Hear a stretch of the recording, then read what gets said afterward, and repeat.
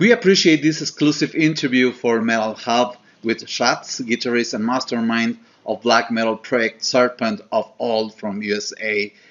Glad to see you and thanks for chatting about this unique musical project. Particularly, I consider it an interesting kind of shred melodic black metal. Some guitar melodies and licks sound a little bit neoclassical and elegant, but at the same time preserve all rawness of black metal music. Let's begin with a little bit of history. Tell us how this project came about and what issues inspired you to write and compose the songs themes of Serpent of Old. 2010, I started. Actually, I was me and Lawrence Wallace. Lawrence is one of my lead guitar players. He started a band called Shadows in the Crypt, and it was all his music, and I just played bass for it. And I made a deal with him that if he did solos on my CD and worked with me with the guitars, that I would play bass in his group. So that's kind of how it came about. That was the origin. I didn't expect people to like it. I just made the music to because it was the kind of music I wanted to hear. It really hadn't been done before. It was kind of unprecedented how there was a lot of flowing lead guitars and stuff like that in the music. You don't see much of that in black metal, especially like neoclassical guitarists. And getting back to what you were saying about it's a little bit of everything, a little bit of raw black metal, a little bit of ambient, a little bit of symphonic. There's a lot of elements in there, a little bit for everybody who enjoys that genre of music. But I did it just for fun. I didn't expect for people to like it, actually. So I immediately released a 4-song EP, and I think it was Horror, Pain, Gore, Death, HPGD, Philadelphia actually picked it up, and they helped me get on iTunes, Spotify. So that was the very genesis of Serpent of Old. Cool. Okay, our audience would like to know you a little better. What are your musical influences you can recall, and what's your philosophy as an artist? With hard rock, it started when I was about 10 years old. There was a band, you might have heard of them, called Guns N' Roses. As a 10-year-old boy to hear them, boy, I'll tell you what, man, I knew I wanted to be a musician when I first heard Guns N' Roses. And then that led to Motorhead, and then eventually Slayer and Sepultura. And then next thing you know, I'm getting into Monstrosity, Morbid Angel, Deicide, and then from there it went to the black metal. Probably about 96. When I was away at school, I heard black metal for the first time, and I liked it, but I didn't think so much of it. I thought of it as this decaying corpse of hair metal coming back to haunt everybody, which I like hair metal. I grew up with that kind of stuff, Guns N' Roses, Poison, all that. But I actually really appreciate a good hair metal band. And that was my first impression of black metal. I thought of it like this reanimated corpse of hair metal, and then probably about a year after it, there was an explosion of bands in the late 90s. Children of Bodom did Hate Breeder. Power metal was really big at the time, but black metal was kind of just coming into the mainstream limelight with metal and stuff. It was becoming more progressive. There was better musicians, better drummers. So that was basically how I got into black metal. Me as an artist, I've been playing for about 30 years. I started in 1988, and it was basically rock songs, basic 70s stuff, Jimi Hendrix, Van Halen, and it was a different time back then. We didn't have all the technology that we have. We certainly didn't have the internet to get the recordings out there. So that was basically my beginning, my genesis of playing was in 1988. And I didn't play seriously for about 2 years. So it was about 1990, 91 that I began playing seriously. Nice. Okay, there's no doubt that it's not an easy task to create songs. What does the composition process look like in Serpent of Old? That's a very, very good question. For example, the song that I just I posted recently, it's just a promo song for now. I'm working on actual full length for this. I wanted to go in a more doomy approach. I wrote that song. I wrote actually 3 songs in a weekend, but focus on one song at a time. And anything that can expedite the creation process. It can be me trying to learn someone else's songs or riffs, and I like to do it by ear. So a lot of times I'll make mistakes trying to figure out other people's stuff and be like, hey, that sounds pretty cool. So that's one way about it. A lot of times I get a lot of these songs in my head, like, for example, Principles of Virtue, the actual song. I had that riff in my head. I thought, wow, that's a really kind of a European sounding kind of progression, and it was a lot different before I recorded it. It happens all the time with recording where you go in, you have a simple idea, and then you start expanding on it. As much as I practice it by just by ear and sitting and listening and practicing to a drum machine or whatever, when it comes to the final recording process, you notice things recording. So more gets added on in the recording, or sometimes you even subtract stuff from the recording. So it's a real difficult process. I'll take any kind of inspiration I can get. I like jamming with other people of different genres. I like rock music. I've even got some friends that are jazz players. Lawrence is the guitar. He's like the guitar hero of the band. So he listens to a lot of shrapnel artists, Steve Vai type guys, Jason Becker's, classical players. I'm more into bands. I like bands. I like rawness. I even had a stand-in hardcore band, so I like a lot of hardcore. Also hardcore punk rock, or earlier punk rock, like Sex Pistols, Ramones, and stuff. And so any influence that I can find, I can hear classical music and be like, wow, that would be a great idea for a solo section. Just whatever. Movie scores. Movie scores are another one. David Lynch's movie scores are wonderful. That will be my dream job. Will be to create atmospheres for movies. I don't just play guitar. I play bass, keyboards, everything except for drums. So yeah, anything that any kind of inspiration that I can find is absolutely welcome. It's hard.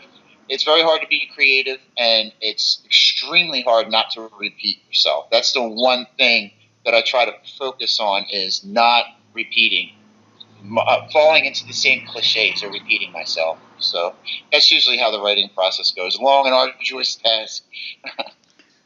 Yeah, you're right. By the way, what is the current lineup in Serpent of All? Right now, it's me. I'm gonna do guitars in it, rhythm and lead guitars. Lawrence Wallace is the other lead guitar player. He basically, I write everything.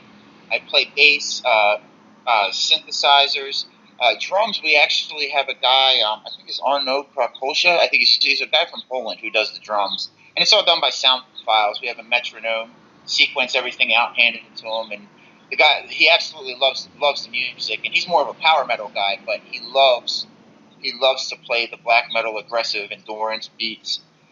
So he's not officially a member, but he helps on the recordings. Right now, it's just me, Lawrence, a guy named Gary Haddon, who's also known as Throat. He's the new vocalist. I've been trying to do a full length. I wanted to do a full length this summer. And what had happened is Principles of Virtue came out, but I was in the process of moving around and working different jobs and everything. Had to move out of a place I was at for like 10 years. And so real life got in the way of a full length.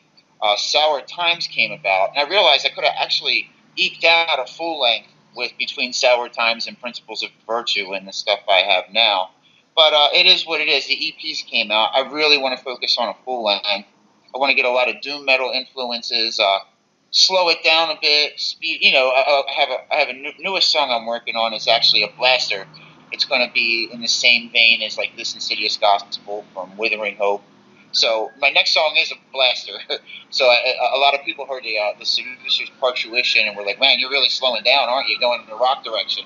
I was like, "Just for that song, brother," So yeah. Nice. Okay. Sorry, I got some. Yeah. So in 2012, two albums were released simultaneously. The first one, Serpent of Synth, with 7 instrumental keyboard tracks, and the second album, Withering Hope, with the same tracks but in black metal version. That was awesome. How did you come up with this idea? Well, it was kind of interesting. I did Withering Hope first, and those keyboard tracks are the actual tracks that are on Withering Hope. And I had separated them as tracks in case I had a keyboard player or I wanted to work on the keyboards for it, just as a reference. But I had posted just the keyboard. It sounded cool. Some of the actual songs I actually really like. I call them chamber versions, is my little nickname for them. I really like the dynamics and the dark parts, kind of like the movie scores as I was talking about. I kind of did it as a goof, as a joke. I didn't think anybody would. Like I said, I didn't think anybody would like it, so I posted it on, I think it was a BitTorrent site, and posted it on YouTube. And some people liked it. People were asking me if it was serious, and I'd say half and half. It served its purpose. I needed it just as a reference for the keyboards. That was the first time I've actually did play the keyboards on it, and it was the second time I've actually recorded keyboards. And I sat and played sleepless nights because I had to train myself, had to get the guitar and then train myself on the keyboards how to play.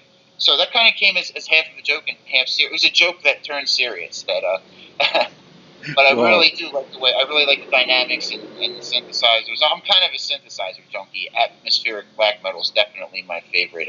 The Highlight from Brazil is an excellent example. Influenced by a lot of the Finnish groups. I'm actually more influenced by Finland than I am from Norway. That's a kind of what I like about the Finnish scene is they have that Eastern, like that Russian and Slavic influence in there. So it's a mix between Scandinavian and Eastern music. So definitely cool stuff. Yes, different sound of black metal music. Okay, well, what do you think? What is your point of view about U.S. black metal scene nowadays with regard to Nordic black metal scene? Do you think there is enough support from the audience of the U.S. scene, or is it still expanding and improving? Absolutely, we have we like to call it world family, worldwide support completely. I had actually, I had started calling myself just United States black metal, just out of regional, and I'd made a comment to one of my Norwegian friends about, man, Norwegian scene's getting tired, man. It's not that the scene, there's wonderful bands from Norway, absolutely, like even the first or second wave of black metal that came out. But I just kind of think that everyone always associates black metal and Norway, but there are so many bands from the rest of the world. South America, for example, there's wonderful, wonderful bands, wonderful heartfelt bands. And another thing I like about it is they take the satanic image at face value. So that's another thing that I like about a lot of the South American scenes. And there's a big debate about who invented black metal. Was it Sarcophago from Brazil? Was it Mayhem? Was it, there's always that debate. It's there's enough to go around for everybody. So there's plenty of support worldwide. In the United States, there's not much for black metal interests at all. We used to have, where I'm at in Philadelphia, we used to have Relapse used to have a retail store. And you would be surprised at the people that were buying things like Wolves in the Throne Room, Botane, and the standard fare of black metal stuff that sells. But there's really not much interest like in the United States for black metal. And even you could say that about any country. Even the Norwegians tell me that it's not very big around here. People aren't too into it around here, which doesn't surprise me. But if you put it on a worldwide scale, it's very nebulous and huge. Yes, of course. Yeah, support comes from everywhere. I've yet to see a bad review for Serpent, which is shocking to me because this is all just, I did this for fun. I did this. This is my music. It's my gift to the world, I guess you could say. So the support's been unanimous, and I really appreciate it. So it's a wonderful ride, Okay, now let's get a little more technical. Tell us about the creation process of the two previous EP, Principles of Virtue and Sober Times, which I love the most. And how much time did each EP take to compose and record, and who worked on the mixing and mastering? Okay, we spent probably about a total of 20 hours on Principles of Virtue, mostly on the guitar solos. The guitar solos are the meticulous work. We usually, basic tracks, I can usually get between 5 and 6 hours. That's rhythm guitars, bass, synthesizer, and sequencing the drums, like the drum recording that comes in. We like to move stuff around. Sometimes things don't work out, but usually anywhere between 3 and 5 hours for basic tracks. But we'll spend a week. I know Lawrence likes to spend a lot of time on his solos. He's a perfectionist. I'm the same way too. I like to, map this stuff out. And as I was saying before, when you go and record things, you notice things. So it's kind of like we try not to hasten the release stuff. We try to record stuff and then sit on it a while and then see how it sounds, get more influences. So usually, like I said, it takes about 6 hours for basic tracks. It can be an infinite amount of time for mixing and mastering. Vocals are the hardest. Because I like editing and sequencing vocals. I'm like the vocal guy. Lawrence is like the instrumental guy. They're engineered by both of us. It's do it yourself, self engineered. We use Logic. Apple Logic is one of the programs that we use. I'm a Sony guy, so I like SoundForge and Acid Pro. Very popular 10 to 15 years ago. Wonderful programs. But like I said, Lawrence and I are basically the engineers with it, and Lawrence is the instrument guy, and I'm more like drums, the synth, and the vocal kind of guy. Sour Times came later. I started on that in October. I had moved somewhere. I was working in a full time job. Like I said, real life got in the way of a full length. I was working a full time job, and I heard I heard a symphonic version of a Portishead song, and I thought, wow, this would make a really cool black metal song. And I remember Portishead from college back in the mid '90s. I remember listening to that band, and I didn't dislike them back then, but it's one of those things that when it was out, you take it for granted. And I went back with a newfound appreciation and decided, wow, yeah, Sour Times would make a great black metal song. Actually, when I first started recording it, I thought, wow, this sounds like Hecate Throne from Wales or England, wherever they're from, when we first did it. And I had to get the copyrights, which was just cost money.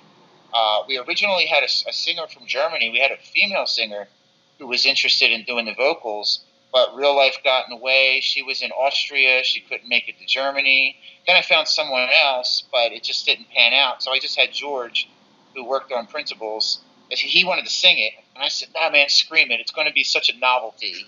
Like who covers, what kind of metal band covers Portishead? I mean, there's a lot of evil kind of sounding stuff going on in there, and it's got that kind of little bit of that hippie hop edge to the originals of Portishead, but it really translated well into a black metal song. Ghost of the Chesapeake.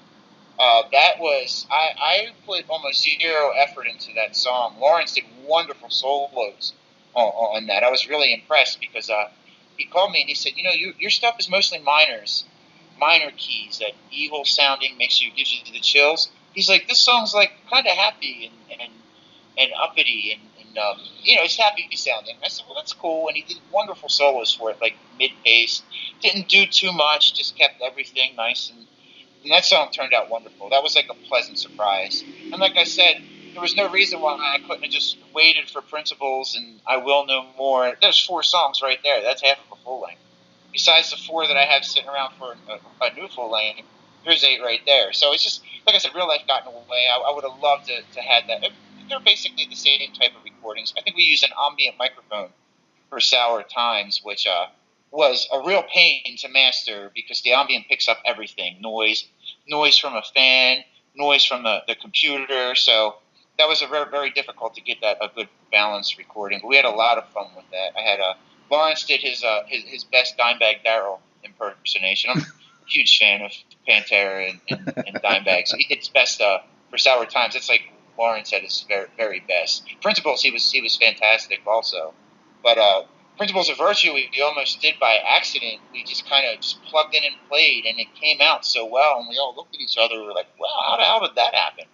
So fantastic, so, Cool. wonderful recordings. Self-mastered, do it yourself. So Nice. Okay, can you shed a little light for us as for your future plans, especially about any new production for, I don't know, new album, new tracks? What will happen? What's going on right now is I have a drummer coming over here. He played in one of the death metal bands in the '90s. I can't say anything yet because there's nothing set in stone. He's going to jam and see what comes out. So really want to showcase this stuff live. Like I said, Shadows in the Crypt was Lawrence's old band, and we played live with that for about 2 or 3 years. And for all practical purposes, it was easier. It was more like thrash, closer to Metallica and Megadeth than say black metal. So for all intensive purposes and just out of simplicity, Shadows was great for live. But I really want to put this live, hence why I'm doing like slower songs and like I said, they're not all going to be slow. I want to try to make every song sound as different as possible. And so I'm really trying to it's about time. I haven't played live since 2014, so I'm actually looking to do that again. I also play bass. There's a doom metal band that a buddy of mine, he wants me to play bass for, so I'm also working on that. It's not as complicated and not as much repetition, and it's easier stuff to. It's more fun to play. I don't like to say easier. It's more fun to play the doom stuff. It's just slow, and the black metal, it's 1,000 miles an hour, and there's a billion key changes. With this, it's more like grooving stuff. So yeah, I got a couple things in the works, but if this drummer works out, it'll be fantastic. I'll make sure that we can at warp speed, put the recording on hold to do some live stuff. A lot of people are asking for live. It's like the one thing missing out of the equation. The recordings are all there. The history's there. It's like, hey, man, how about the lives? It's like, hey, it's about time for that. It's been 4 years, so almost 5. So that's next on my agenda. Okay, do you have plans of promotional tour, for example, for this new EP? No tours, but there are physical releases coming out. Dave Vandekar, I think his name is, Anti All Forever Records. He's releasing physical copies, CDs, which I'm more of an MP3 guy now, and I'll even do you one up. If like, why would I even want MP3s if I can just go to YouTube or Spotify and have the whole library of the whole world? So I'm not too keen on CDs, but I think it's cool that it's actually coming out. So that's probably going to be the biggest promotional tool. I am right now talking to a group in Finland. They're not a music group. They're an actual a promotional group. I think they're called Turbo Jugend. I'm not sure who they are. Just yesterday, I just had a conversation with someone from there that they wanted to do merchandise and stuff. So I plan to get merchandise, a little more merchandise out there, follow up with CDs. I noticed Dave Vandekar from Anti All Forever Records, he has shoes. He does the Converse, the Chuck Taylor style things with logos of the bands and logos of his label on it. So that's cool stuff, Yeah, the CDs are the CDs are probably going to be the biggest promotional tool. And then if we can tour or play live, I'm definitely willing to get that started. Okay. Oh, so do you have some final words for our audience? Yeah, I want to thank everybody for the support worldwide. Like I said, it's like Black Metal World Family. It's every country in the world: India, Indonesia, Australia, Mexico, Brazil, Argentina, Canada. Canada's my newest one. I actually just like to send a shout out to the Black Metal Quebecois up in it's great bands from Quebec, Monarch. Who else is one of those? Somber Forest. They're called in French. They're very Frenchified up there. So, but great bands, great atmosphere. I'm going to tell younger musicians, don't quit, because I had actually stopped in 2014 to, you work and you become an adult, real life responsibility and stuff. But I just pushed music on the back burner, and when I got back into it, the foundation was there, and it just came back with a vengeance. So don't ever quit. Don't ever quit, regardless of how you feel it's going nowhere. And another important thing for young musician is stay hungry. The minute that you get satisfied with what you do, then that's when it's all over. You can't, don't get satisfied with your cliches. But don't give up. It's going to be frustrating because you realize, well, I'm stuck in this one pattern here. I want to get out of it, and it comes back to not wanting to repeat yourself. So definitely stay hungry and keep at it. And cheers. Thank you very much for the opportunity for this. I really appreciate it. Thank you very much for this awesome interview. And okay, guys, you need to stay tuned with this awesome black metal band and check out, please, social media. Please tell us social media. Your social media. Tell us about your social media. Oh, this is actually my 4th Facebook. I maxed out on 5,000 friends. Since last July, actually, or June, actually. Since last June, I had my first Facebook. I had 5,000 friends. Then I created another one, carried over to friends, but it's all centralized around my Serpent of Old band page. I have my own personal one, and then I have the band stuff. And I want the band page to not just be music, but like satanic art, or evocative art. You know, I post when I find interesting pictures. I have some artists that want to post their stuff on there. So an entire forum for like dark arts and satanic art in general, not just music. That's Okay. usually the Serpent of Old page. You know, anything interesting. My own personal page, I try to be as humorous as possible. I post a lot of funny stuff on my personal page. But I've sent out probably about almost 20,000 invites. You know, YouTube videos. Here, you might like this. You search people out. You find people that like it. I like to talk to people. I like to find out, where did you hear about it? What do you like about it? What do you like better? What's your favorite song? You know, I like to get to know people. I don't have fans. I have friends. That's the way I That's like to cool. consider it. I don't ever want anyone to feel left out. That's it. You know, it's for everybody. It's about the music. It's not about me. You understand what I'm saying? Like, even though it's my music, it comes from somewhere else. I'm just the medium that it comes into the world for. Kind of very very occult way of looking at it, but you know, it's not, like I said, it's not about us. It's about the music. We make sure that the music